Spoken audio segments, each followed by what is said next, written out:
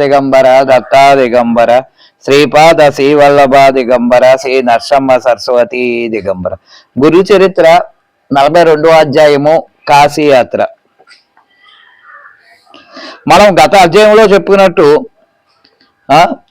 ఈ నామరుదులు సిద్ధియోగులు చెప్తున్న శ్రీ గురుచరిత్రలో గురుదేవులు సహాయదేవుడికి గురు యొక్క మహత్యం బోధించే క్రమంలో పరమేశ్వరుడు గురు పూజ మహిమని పార్వతీదేవికి వివరిస్తూ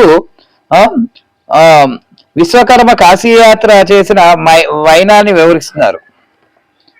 విశ్వకర్మతో అవధూత నేను చెప్పినట్లు చేస్తే నీకు శివానుగ్రహం లభిస్తుంది అని ఆస్వాదించి అక్కడే మాయమైపోయారు. అప్పుడు ఆ బాల బ్రహ్మచారి ఇంత దూరం వచ్చాను, వినాయకుడిని దర్శించుకున్నాను, నాకు ఇక ఏ ఆటంకాలు ఉండవు, ఏ దేవుడు ప్రసాదం కావాలన్నా భక్తిపూర్వకంగా ఏదో ఒకటి సమర్పించుకోవాలి, కానీ గురువులకు శిష్యుడు ఏమి ఇవ్వకపోయినా అనుగ్రహిస్తాడు.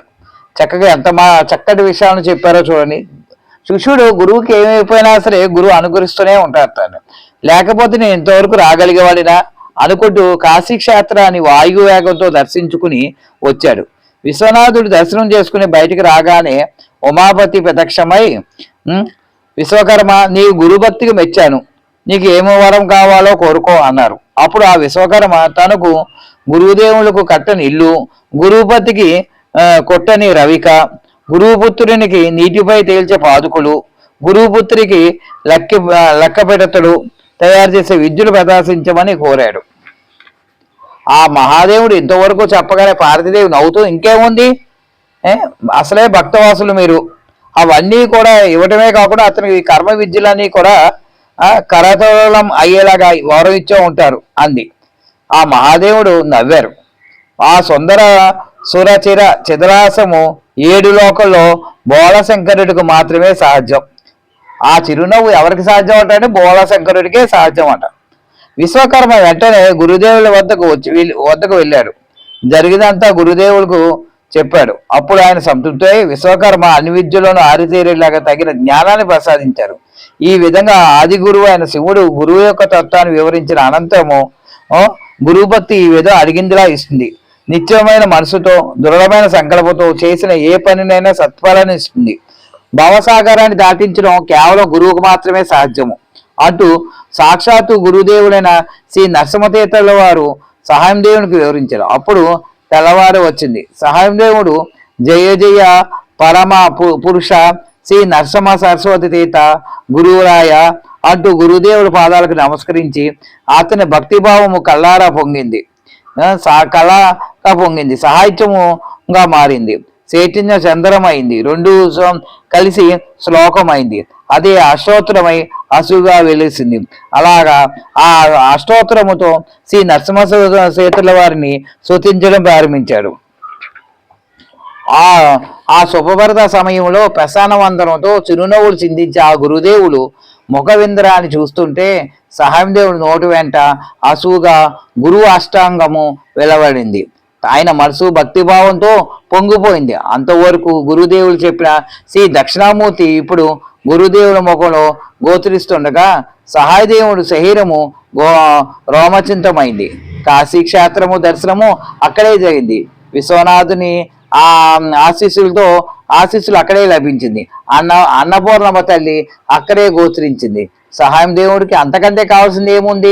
ఈ అభూత దర్శన భాగ్యాన్ని తన భార్య పిల్లలకు బంధువర్గానికి కూడా కల్పించే సంకల్పం కలిగింది.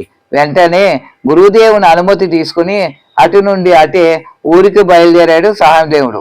గురుదేవుడు వెనక్కి తిరిగి మఠానికి వచ్చేశాడు. బాధ శుద్ధ చవితి నాడు సహాయం దేవుడు సహకుటుంబంగా గురుదేవుడి దర్శనార్థము వచ్చాడు. గంగస్నానం వల్ల పాపాలు నశిస్తాయి. చందుని వెన్నెల వల్ల తాపం ఉపశమిస్తుంది.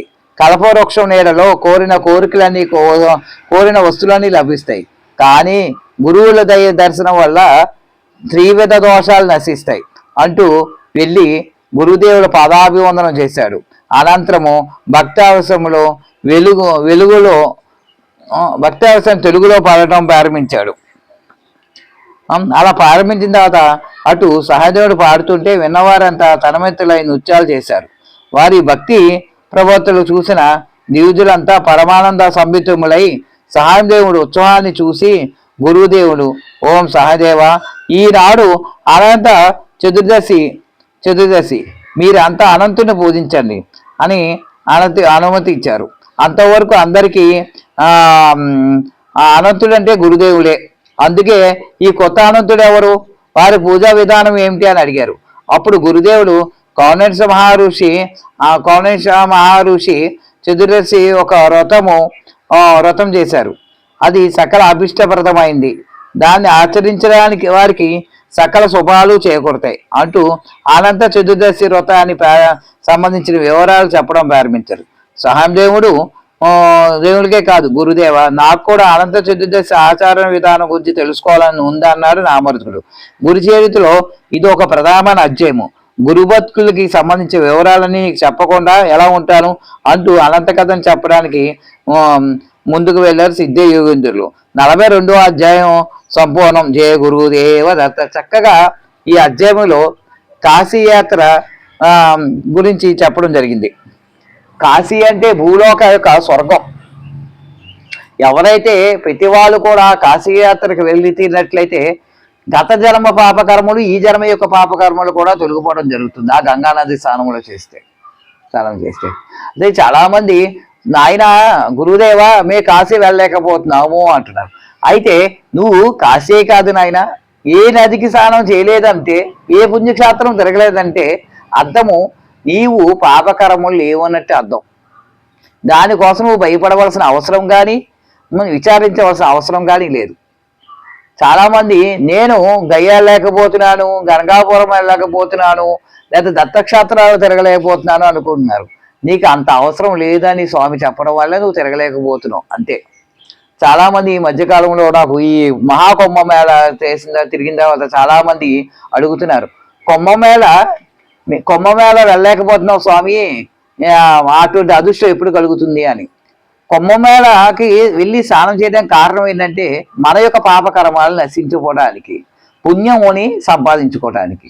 అంటే ఆల్రెడీ నీకు పుణ్యం ఉంది, అందుకే నువ్వు అక్కడికి వెళ్ళలేకపోతున్నావు, అందుకే నీకు గురువు ఇంకా పూర్తి అనుమతి ఇవ్వలేదు అని అర్థం అంతే. కానీ ఎవరు కూడా విచారించవలసిన అవసరం లేదు. పుణ్యక్షేత్రాలు తిరగట్లేదు అంటే అర్థము అంత అవసరం నీకు లేదు. నీవు పుణ్యం ఆల్రెడీ సంపాదించుకునే ఉన్నావు, నీ పాపకర్మలు అనేవి లేవు అని అర్థము. కాబట్టి ఎవరు కూడా ఎటువంటి విచారణ కూడా చెందక్కర్లేదు. నీ ఇల్లే గయ్య అనుకోండి, నీ ఉన్న ఆ నూతిలో నీళ్ళు ఏదైతే ఉన్నాయో, లేదా పైపు నీళ్ళు ఏదైతే ఉన్నాయో, ఏదో కుళాయి నీళ్ళు ఉన్నాయో అవే త్రిసంగమం అనుకుని స్నానం చేయండి అంతే తప్పని ఎటువంటి విచారణ చెందవలసిన అవసరం లేదు. జయ గురుదేవ దత్త.